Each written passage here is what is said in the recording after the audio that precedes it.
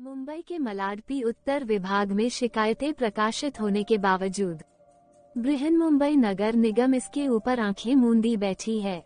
नाम मोहम्मद अल्ताफ शेख, काम अवैध बांधा काम। क्या आपने कभी सोचा है कि सरकारी कार्रवाई के बावजूद शहर में अवैध निर्माण क्यों बढ़ रहे हैं? बीएमसी की गोपनीय जांच रिपोर्ट से चौंकाने वाले विवरण जवाब देते हैं। बीएमसी के पी उत्तर वार्ड मलाड पूर्व द्वारा तैयार की गई 2024 की रिपोर्ट ने अवैध निर्माण ठेकेदार मोहम्मद अल्ताफ शेख द्वारा मलाड पूर्व, पठानवाड़ी, संजय नगर, मलिका होटल के पास, सुगरा पार्क के सामने और अन्य स्थानों पर किए गए कई अवैध निर्माणों के खिलाफ जानबूझकर निष्क्रियता के लिए नागरिक अधिकारियों की खींचाई की है। हाल ही में पास के कुछ स्थानीय कार्यकर्ताओं ने आरटीआई अधिनियम और शिकायत के तहत रिपोर्ट का विवरण मांगा है। आंतरिक जांच रिपोर्ट, जिसकी एक प्रति मुंबई फाइट्स बैक के पास है, ने संबंधित अधिकारियों की ओर से गंभीर चूक और मलाड पूर्व में बीएमसीपी उत्तर क्षेत्र में अवैध संरचनाओं की रक्षा के लिए भ्रष्ट आचरण, वित्तीय लेन देन और जानबूझकर अनदेखी में उनकी संलिप्तता का खुलासा किया। कार्यकर्ता द्वारा उपलब्ध कराए गए आंकड़ों के अनुसार 2023 में नागरिक अधिकारियों ने अवैध निर्माणों को कोई नोटिस नहीं दिया था। इतने सारे अवैध निर्माण जो अनाधिकृत निर्माण ठेकेदार अल्ताफ द्वारा किए गए थे, जबकि कई शिकायतों और अनुवर्ती कार्रवाई के बाद भी उन्हें ध्वस्त नहीं किया गया।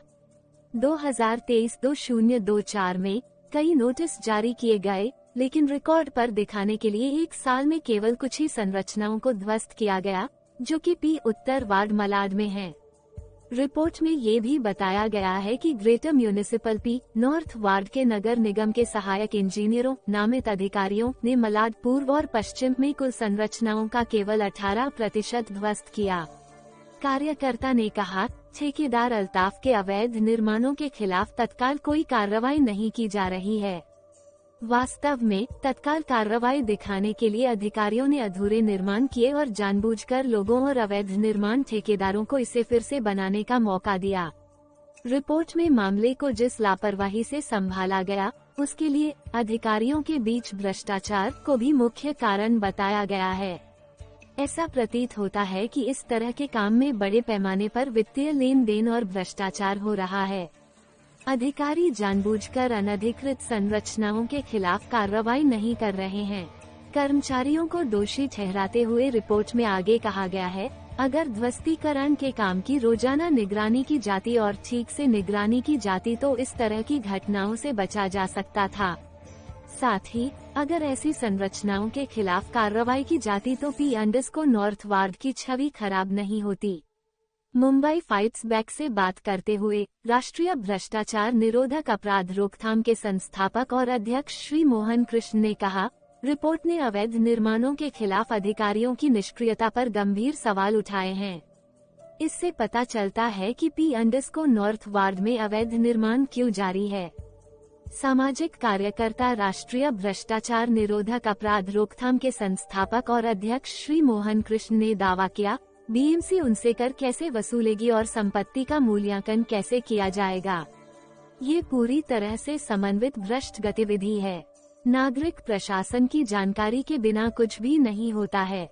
डेवलपर्स लंबे सप्ताहांत और छुट्टियों का लाभ उठाते हैं। अधिकारियों को प्रत्येक इमारत और उसकी स्थिति के बारे में पूरी जानकारी होती है। वे केवल रिकॉर्ड में दर्ज करने के लिए नोटिस जारी करते हैं। बीएमसी अधिकारियों की भागीदारी के बिना सीवरेज लाइनों को कैसे जोड़ा जा सकता है और पानी की सुविधा कैसे दी जा सकती है। श्री कृष्ण ने कहा कि उन्हें अधिभोग प्रमाण पत्र या पूर्णता प्रमाण पत्र की आवश्यकता नहीं है, फिर भी उनके पास पानी, बिजली, सीवरेज आदि जैसी सभी सुविधाएं हैं। उन्होंने ये भी कहा कि स्थानीय राजनेता, निर्वाचित प्रतिनिधि और नागरिक अधिकारी डेवलपर्स के साथ मिले हुए हैं, जबकि मालवानी, राठौड़ी, मुड, पठानवाड़ी, मलिका होटल के पास, त्रिवेणी और अन्य स्थानों पर अवैध निर्माण ने दिए गए बुनियादी ढांचे पर बोझ के अलावा कुछ नहीं जोड़ा है। प्रत्येक दिन वाहनों को पार्क करने के लिए संघर्ष करना पड़ता है। एक बार जब वाहन सड़क के दोनों ओर खड़े हो जाते हैं और पैदल चलने वालों का लगातार प्रवाह होता है, तो एक भी कार आसानी से नहीं गुजर सकती है, मोहन कृष्ण ने कहा। जबकि दिसंबर 2024 में सुप्रीम कोर्ट ने दिशा निर्देश जारी करते हुए कहा था कि लंबे समय तक रहने और निवेश के बावजूद अवैध निर्माण को नियमित नहीं किया जा सकता है। न्यायमूर्ति जे.बी. पारदीवाला और न्यायमूर्ति आर. महादेवन की पीठ ने कहा है कि स्थानीय प्राधिकारी द्वारा अनुमोदित भवन योजना का उल्लंघन या उससे विचलन करके किए गए निर्माण और बिना किसी भवन योजना अनुमोदन के दुस्साहसिक तरीके से किए गए निर्माण को प्रोत्साहित नहीं किया जा सकता है। प्रत्येक निर्माण को नियमों का कड़ाई से पालन करते हुए किया जाना चाहिए। अदालत ने आगे कहा कि दोषी अधिकारियों के खिलाफ उचित आपराधिक और विभागीय कार्रवाई की जाएगी।